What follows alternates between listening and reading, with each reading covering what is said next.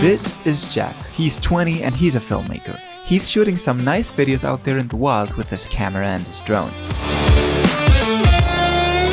And this is Bob. He has the same passion. He hiked quite a long time to get to the mountain's peak. But Jeff has a problem. He runs out of battery on his phone very soon, he's lost, and he starts panicking. Like really panicking.